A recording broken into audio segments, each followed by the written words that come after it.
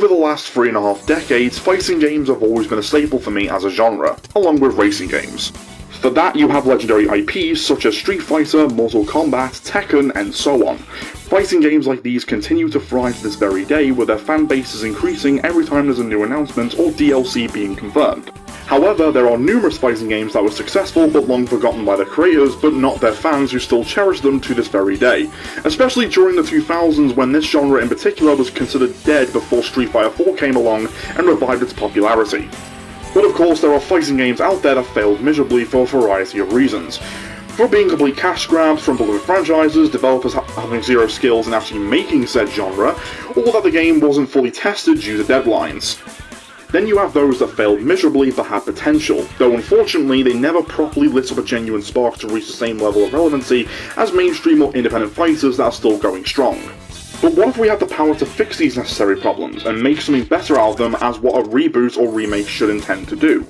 Today, I am here with a pilot episode to talk about a unique fighting game that had so much potential behind it, but a lot of it went the wrong way. Let us begin with none other than F.R.E.A.K.S.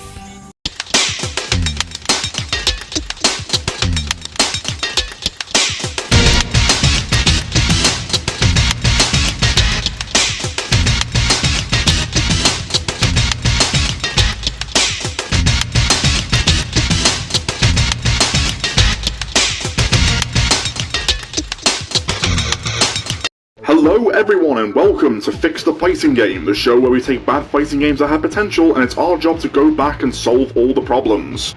My name is Lewis and today we're going to be taking a look at F.R.E.A.K.S, a sci-fi weapons-based fighting game that was developed by Sapphire and published by former MK devs Midway in 1998. Despite Sapphire developing Xena, Talisman of Fate, which felt very hollow in my perspective, don't get me wrong, I love Xena, it was a great show and all, but F.R.E.A.K.S in particular was more unique to me even when first playing it on my N64 when I was a kid, with its dark, gritty themes, somewhat crude personality, and interesting story and bizarre characters that made it stand out. Though there was some problems. One of which, before release, Sapphire was told by Midway that they only had one choice to make during the game's early development. Option 1, cancel the arcade version so it can get a console release, or Option 2, take the risk on putting it out on the arcades anyway, but gets no console release at all, despite the fact that this was also coming out of the same year when Mortal Kombat 4 was in development. But when you get your hands on the game itself, it had more problems that were so negative in both sales and reviews. It caused more problems for the developer itself to lose so much money, as well as cancelling the sequel and their next title being a Bionicle action-adventure game that was in development when they filed for bankruptcy. But let's say some of the former developers that worked on Sapphire came back as a brand new studio and renewed the license of F.R.E.A.K.S while saying yes, this game is coming back in a much better way for current gen hardware as a reboot with much more content. With all that said, what is the lore behind F.R.E.A.K.S? Well, gather around the campfire, ladies and gentlemen, because this guy is about to tell you exactly what it is. It is the not-too-distant future. Here, the mighty country known as America has fallen like all great empires throughout history. Its 50 states broken into private territories after what was called the Techno-Industrial Civil Wars. Computer technology, bioengineering, cybernetics, and mechanics accelerated at such an incredible rate, it forced industrial competition to the point of uncontrollable and ruthless corporate espionage. While the government tried to keep control of the country, the effect of the giant corporations' white-collar wars drove the economy into a tailspin. With Wall Street in shambles, the government bankrupt, and technological corporate giants running unorthodox takeovers, Neo-America was born. Now that is a solid backstory on how these flying robotic enhanced killing synthoids came to be, but it doesn't stop there. Besides these characters being created as genetic killing machines to serve their corporate overlords, all of them have two things in common. The first is a biodrive, a device implanted into their brains that not only keeps them in control, but it also provides them combat strategies and brutal ways to slaughter their opponents in the arena. The second is the 5 different classes that this game has for each character, depending on who's representing which one. Starting off is the Synthoid class, where it's focused on organic tissue, where that said F.R.E.A.K.'s healing factor can regenerate lost limbs during experimentation, similar to what Wolverine or Deadpool has if the brain isn't destroyed to stop the regeneration from even happening. If the tissue's healing factor no longer works like it used to on a freak's body, then they have to fit retro-cybernetics onto them, becoming a retro class as the name states. But if the organic flesh is 100% unfixable, then the mechanical part will be the replacement, becoming part of the Dozer class, giving their GI Corp overlords an easier time to control their champion, whilst blocking out their freedom of doing whatever they want entirely.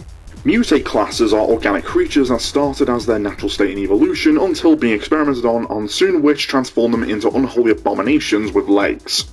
Lastly, we have the Bounty Hunter class, which doesn't necessarily count as a class, but it allows them to bring loose symphoids back dead or alive at a hefty price. All this led to the rise of the Underground, a group of resistance fighters that is tasked by helping symphoids gain free will and equal rights. The game's ambassadors know for a fact that this will eliminate their efforts to keep their territorial states unified and will send them back to the dark ages of war. Before we get into the juicy stuff, we need to talk about the pros and cons Bio.F.R.E.A.K.S had. How's about my big fucking metal cock going right up your fucking ass? So the way this works is that we'll talk about the positives that worked for the game itself, but if minor edits or fixes need to be thrown in there, then so be it. After that, we'll talk about the negatives that ruin the game's potential by finding creative ways to fix them, add something new, or remove them if they were terrible to the point where there's no way of getting around it. Of course, I will be using storyboard-like images to give you a better demonstration of what needs to be fixed. A disclaimer to all viewers, this is a mixture of facts that need to be brought up and opinions on what I think is good and bad. Let's begin. The pros. As I mentioned earlier, solid backstory, unique character designs, and of course, dark gritty themes that fit the environment around the arena, so all of them get a plus in my book. A dismemberment system that also works as a fatality, but you can only do it by performing heavy specials, which are pretty easy to dodge. Which all that may sound like a positive, what went actually wrong with this game? Well, those answers can be found in the cons. Clunky controls where it's merely impossible to perform mix-ups and combos. Even the button layouts weren't even much better either, as you were attacking because it expected you to press left kick and right kick instead of a simple button combination.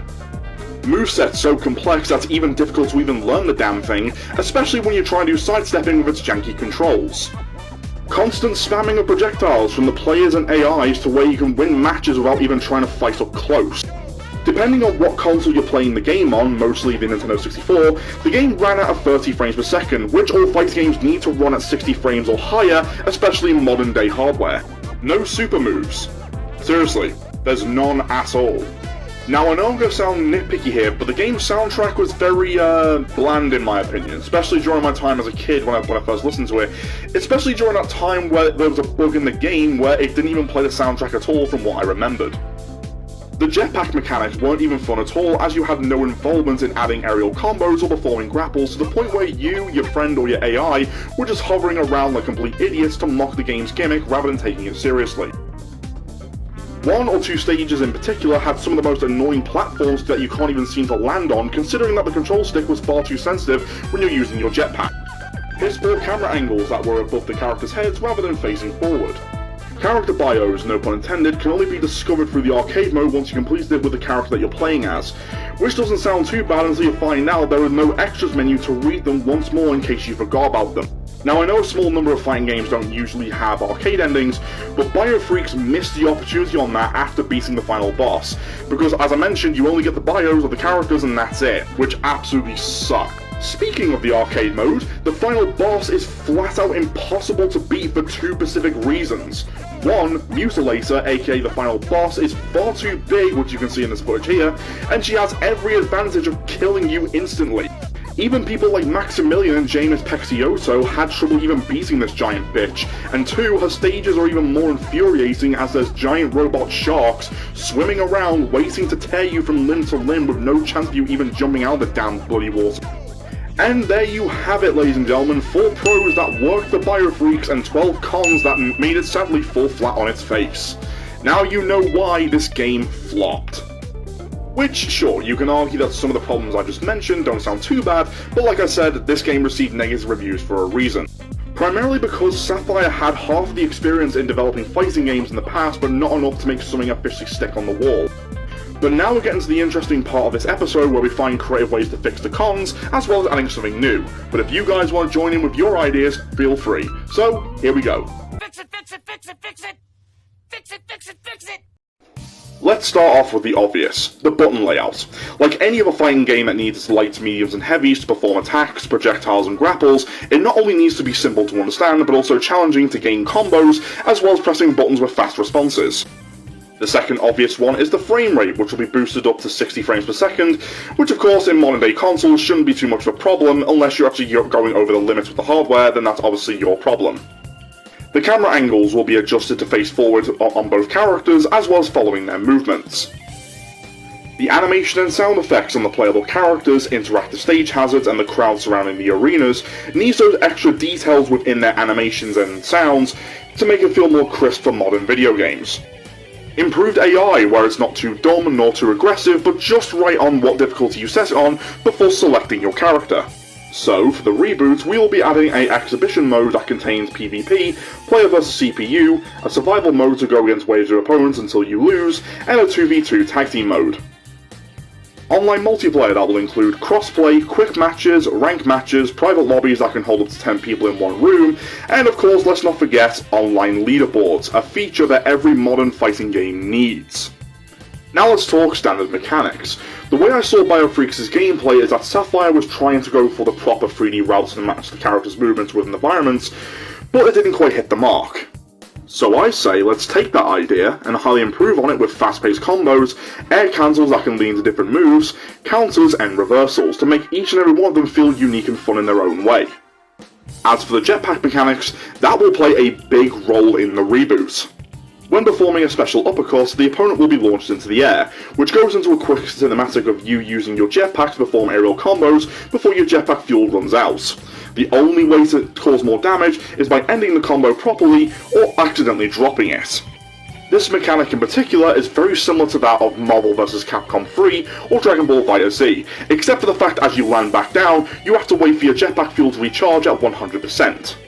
Dodge mechanics are a thing in F.R.E.A.K.S, but didn't help fully if you wanted to avoid close attacks or projectiles. So let's make that more responsive by double moving the control stick or D-pad. Now some of you are wondering, what about the shield mechanics? Well, that is staying, but with a new feature being added to it. As many understand, shields in some fighting games have meters, just like F.R.E.A.K.S, but the one thing that this game should have added is a stun feature. So once your shield is down to a small percentage and that final blow hits you, your character gets stunned from the meter being completely drained, leaving you wide open to be attacked as it recharges. The only way to break out of this stun while being hit is to either counter or reverse the opponent's attacks. Stage hazards can be turned off if you want more of a simple and fair fight, regardless of what mode you choose. Though the discernment system needs a slight tweak that can only be performed during the second and final round. However, the details in blood, cuts and bruises are staying where they are during each match after being hit. Next is adding super moves. Now the way this works in terms of where it would be on screen is very simple. Make the jetpack meter vertical and the super meter horizontal. Once the super meter is full and activated, it shows a quick cinematic of the character screaming a battle cry and then going into an automatic animation by causing 30% damage after landing the first hit. This one problem in particular needs to be said. Main platforms on all stages will be in a circular shape and nothing containing secondary platforms to jump on, but instead includes a feature where one can perform aerial grapple specials that only works if you crash down with your opponent in the middle center of the stage, breaking through it and making the crowd go absolutely wild by ending the match in a tie.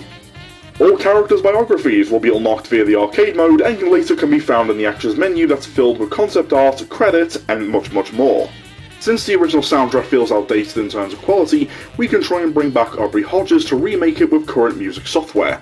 If not him, we can find someone else to compose a completely different soundtrack, or perhaps remaking the old music or remixing it entirely, but I'll let you guys decide on that.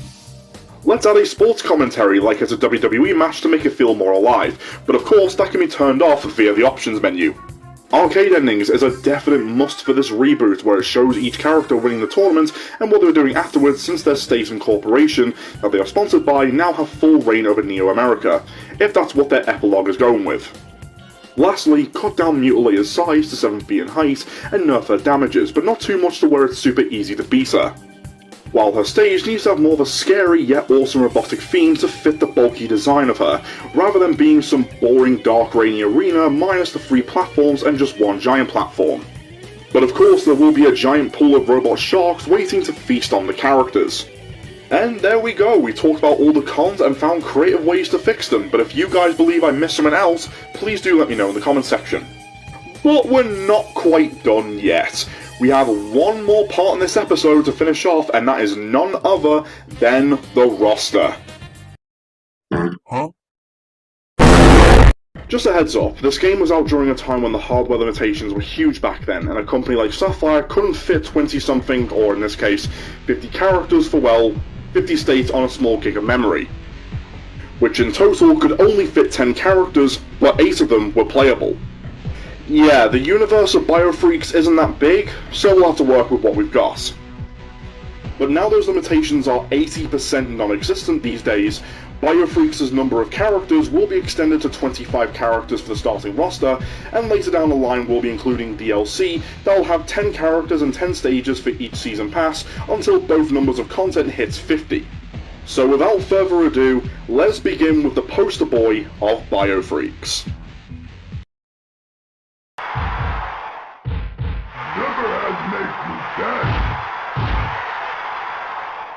Zipperhead. Now I know I'm fully aware that his name is highly offensive in a certain context, but I'm sure the developers had zero intentions on naming him in that specific way, which is why his design shows a giant large zipper on his head to prevent his brain from being exposed. But that aside, Zipperhead started off as a mindless bruise being controlled by his corporate sponsor. All of that changed one night during a match when Bullseye sliced off his arms and his healing factor failed to revitalize the tissue, switching him from a Synthoid class to a Retro as weapons that consisted of a spiky metal drum containing sharp blades and a buzzsaw on one arm, and a large plasma cannon attached to the other. While his humanity and intelligence degraded over time, he had an emotional breakdown, causing him to rip out his biodrive and setting him free from the GI Corps's clutches and join the underground resistance. This made DNA Advancement Labs' mind boil as they blamed their own incompetence on the biodrive and soon made a highly improved versions to make sure the independent thoughts never occur again. For his moveset, there's a lot that you can do with his muscular structure and terrifying brute force where he hits like a truck but fast at the same time when he's up close.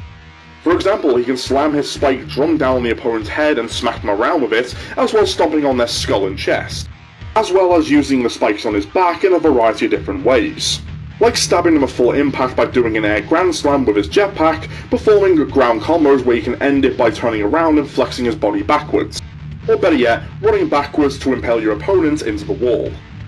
Okay, we got Zipperhead out of the way, but what about his rival?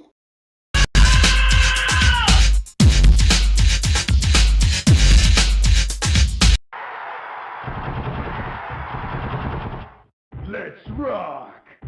Bullseye. When your name has the letters Z or X in it, you have to make sure that it fits the demographic within that specific timeline to make yourself sound edgy and cool. Even though he is missing the voice and personality of a general pattern wannabe, this Synthoid was created as a prototype by the GI Corp Microgene, who remains loyal to the tournament's ambassadors, where the only way to restore peace, law and order is by battling out in the arenas. In other words, he's Bio.F.R.E.A.K.'s version of Peacemaker. Despite his time enjoying a good scrap here and there, Bullseye's true intentions is trying to understand what it's actually like to be human, which is unexpectedly wholesome for a Duke Nukem lookalike with a cybernetic eye. Now, since Bullseye has military written all over him, let's make him the combination of Sonya Blade, Brian Fury, and Rambo from MK11. But at the same time, make him the jack of all trades, where he has enough of anything, but nothing to specialize in anything, if you get what I mean. For example, the bayonets on his guns can be used as close-range attacks, and can be used as an alternative grapple if you don't want to use your hands. And as for the guns themselves, we should add a feature where you can only use a limited amount of ammo. Once you've used it up, that's it, you cannot fire bullet projectiles other than grenades, but you can still use the guns themselves as melee-style weapons.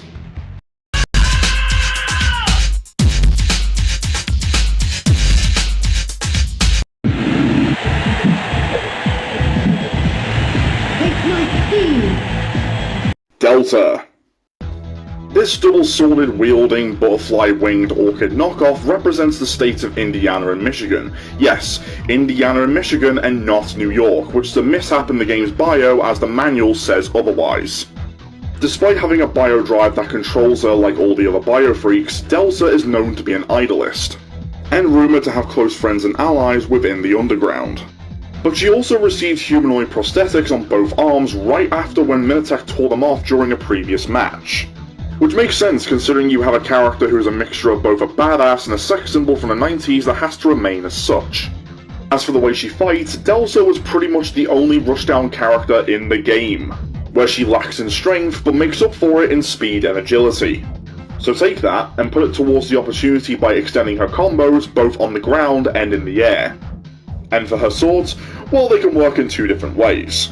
The melee side of it should be fast and effective, even though it won't cause more damage. Unless you amplify the blades to activate the electrical currents, then extra damage to the opponent will be added. Then of course you have the ranged projectiles from her swords, where Delta can fire long-distance lasers across the stage, but also has the advantage of performing spinning aerial combos as well. Okay, we got the previous rival for Zipperhead out of the way, now we've got one more to mention, on the Delta side of things. And you can probably guess who that is.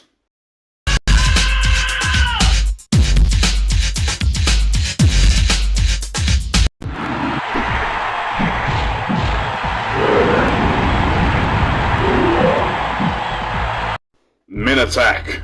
This robot Minotaur shows no mercy in Biofreaks, and rightfully so. Despite being a dozer class, Minotac managed to help his original creators, Microgene, take full control over Kentucky, and was soon purchased by Anheuser Robotics, who wanted to have all the fun and destruction to themselves. Now, since he's a robot Minotaur with a human brain providing all the functions, Minotac has gained independent thought and was caught numerous times because of it. But Anheuser Robotics had no choice but to spend large amounts of their own money on developing a nullifying chip to prevent him from joining the Underground. Though Microgene won that race before they did, so there's that. Now, as you can see from his appearance, Minotac is a bloody tank. So if anyone has played Big Bull from Anarchy Reigns, there's gonna be some similarities between the two. Make Minotac a charge character, where he too will hit like a truck in both punches and kicks, but can cause more damage by charging himself up to strike his opponents down at a long distance, and also sweeping them over his head and making sure they land on their neck. But the big downsides to him is that he would be slow as hell and won't be able to perform that many combos in the air or on the ground. Unless you use those rockets to add those extra hits, then you have a high chance of being part of that league of combo-centric characters.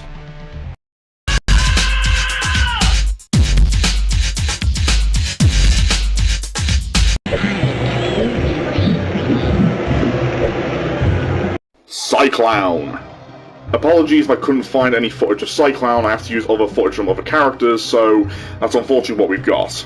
This guy was the only character that I found easy to use in Biofreaks, and that's rather sad to say the least, because 80% of the roster were damn near impossible to understand from the game's clunky controls and complex movesets.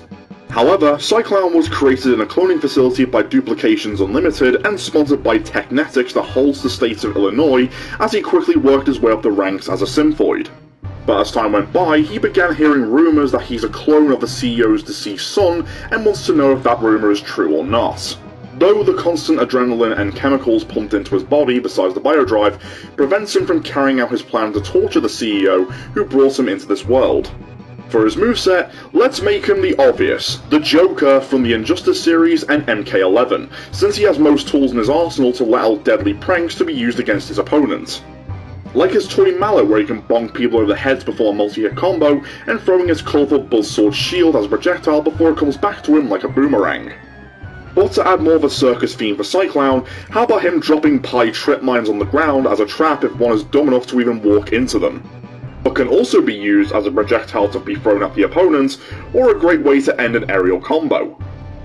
His other choices in projectiles is using dynamite attached to balloons that slowly floats towards the opponent, chattering teeth that stuns them when they bite, and small bouncy balls that can make you slip on your arse.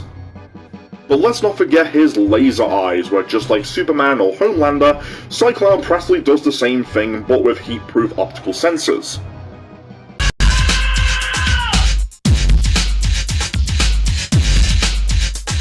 Time to fry! Yeah, fry, baby! Purge. A retro aviator with a giant propeller strapped to his back is held in Utah that's controlled by Microgene's rival, Nucell, who caused conflict between Texas and Utah since Purge himself was created out of advanced information and biological elements that originally belonged to Microgene. which they caused both states to argue on who actually owns him, but the tournament's ambassadors didn't really seem to give a damn. Frankly, my dear, I don't give a damn. Purge is described as the most intelligent freak out of all of them, whereas BioDrive's programming disregards his own safety and to others, making him the fearless risk-taking fanatic. But what I remember from Purge was that he was more of a Zoner-type character. For example, using his flamethrowers when his claws open up to open fire on the opponents, that slowly burns them over time. However, his snapping claws can be used as close-range attacks in an athletic-styled way that lets him move with pure grace.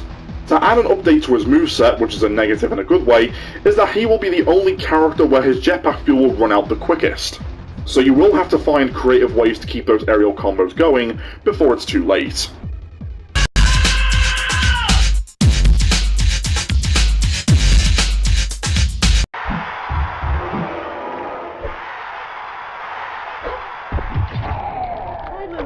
Boyfriends that way. Sabotage.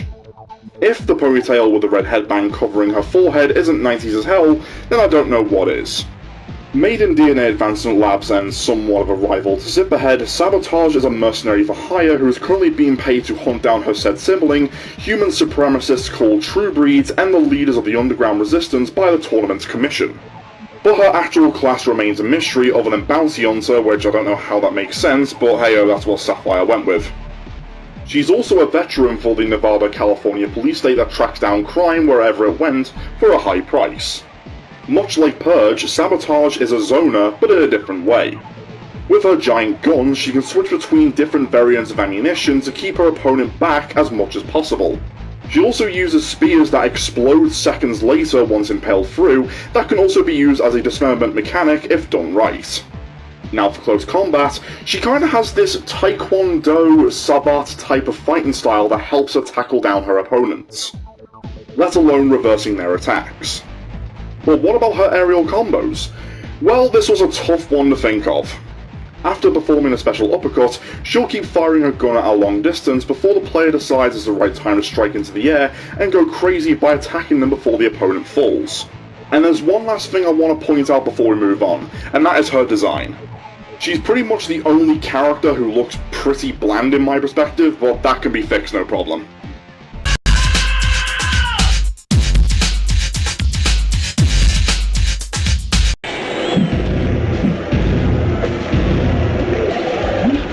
Zappo. Being the only mutate in the game, Zappo was very underwhelming as a character to play as. Trust me, I really wanted to fall in love with this character with his playstyle, but unfortunately, the controls put me off with that. But over the last 6 or so years, Zappo's population has kind of skyrocketed across the internet, and has become a meme sensation thanks to Maximilian himself. Earning the title, Praise Lord Zappo, with him dancing to Kitty N from Buster Groove. From being a reject to a meme, Zappo was created in a renegade lab by biochemists in New Mexico who wanted to form their own freak from an actual frog. Now I don't know if it's just me, but Zappo looks nothing like a frog, but rather an anglerfish with arms and legs. So let's go with that as the edit for his character. His moveset is going to change to that of a brawler on the ground, but a grappler in the air. And don't worry, we will keep his disgusting projectiles like shooting slime balls and puking up swamp water as a stun. His ground-based attacks will be brutal with double-hit combos, boxer-like punches, and teleportations that will allow him to come up from behind and hit the opponent in the back of the head, or grab them to bite them on their skull. And when it comes to his air grapples, he's going to act more like a pro wrestler with snazzy pizzazz just to entertain the crowd while causing huge damage. Okay, we've got all 8 playable characters out the way, but we've still got 2 more to bring up. Let's start off with the sub-boss himself.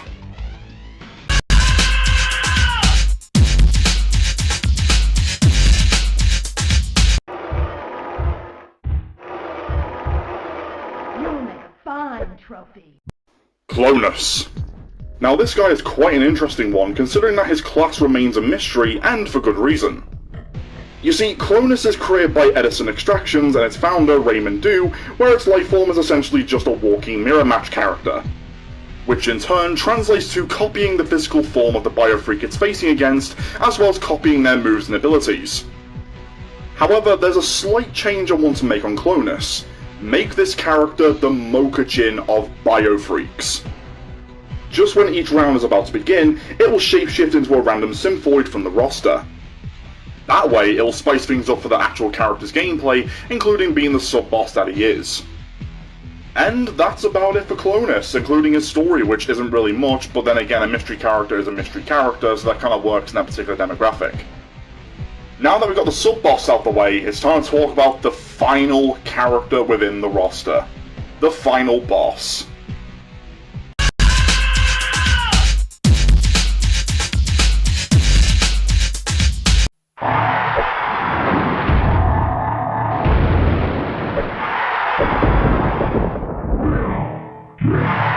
Mutilator! If anyone remembers how much of a pain in the arse it was to beat this overpowered automaton dozer, then you probably were banging your head against the wall or wants to throw your controller out the window. But let's forget about me ranting about the impossible means of trying to kill this crazy bitch and focus on the task at hand. Because her backstory is extremely sad to say the least, where she was once a poor victim who was experimented on since birth and was underdrafted as a champion for Biofreaks and Microgene itself. Throughout her previous fights, she lost so much tissue, so much in fact that her GI Corp had no choice but to replace everything, making her into the perfect dozer with no humanity left and zero control over her actions as the biodrive controls everything that she does. Once you defeat her, she is free from the mechanical structure that Microgene calls a masterpiece while everyone else calls a monstrosity. Which makes you in turn the champion of Neo America, and you're dancing like a complete moron for the lols, as I'll keep that in the reboot. Now, to make things less confusing, there's going to be two versions of Mutilator. The arcade version being the final boss, of course, and the playable version, which I'll get into later. The arcade version will have that overpowered stamina that she'll still have, but not to the point where you actually want to rage quit. And as for the playable version, that's more balanced for all players to enjoy. But what about her moveset? Since dozers are known to be tanks, the limitations of what type of input she'll have will only be focused on mediums and heavies. Which, yes, she'll be slow, but provides sheer brutality by stomping on the opponent's body multiple times, spinning around with that giant buzzsaw of hers that should be a triple hit combo to cause more damage. And lastly is the aerial combos, where it should start off with her performing an uppercut headbutt, then going completely unga bunga crazy with heavy hits. And there you have it, ladies and gentlemen, all 10 members of the original cast, while throwing in 50 new ones for the base roster and modern Biofreaks, with the additional 10 characters, as I've mentioned earlier. But what are my overall thoughts about the game? I sold my wife for internet connection.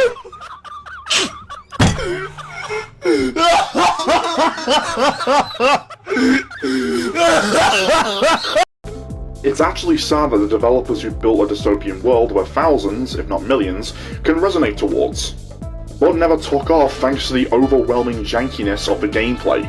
If Sapphire had that little extra experience in making a fighting game, then he could have stuck around for a lot longer by building a franchise that was a huge phenomenon to rival the three big boys. So, would I recommend Biofreaks to your nostalgic list of games? Yes and no. The yes if you want to mess around with your friends and just have fun, and the no if you want to take it a bit more serious with its gameplay, even though you can't take it seriously at all. And I have two more questions to ask. Which Biofreak did you enjoy most? Did I provide enough evidence to fix all the problems? If you have any ideas that you'd like to share, please let me know in the comment section down below. And that about concludes the pilot episode of Fix the Fighting Game. I hope all of you enjoyed my take on what needs to be fixed, as well as the roster with their quirks. If you want this series to continue, there will be a subscribe style link in the description down below, so you guys can go and check that out. There'll be tons of information down there as well. I'm also doing some fictional Warhammer audio books as well, very short ones to say the least, but hopefully you'll enjoy that as well, as a small donation to continue those as well along those lines. And again, please go and donate if you want this to be a thing. I also have a Rumble account, so if you want to go and check that out, the link will be in the description down below. I'm pretty sure Fix the Fighting Game pilot episode is already uploaded on there, so again, please go and check it out, much appreciated.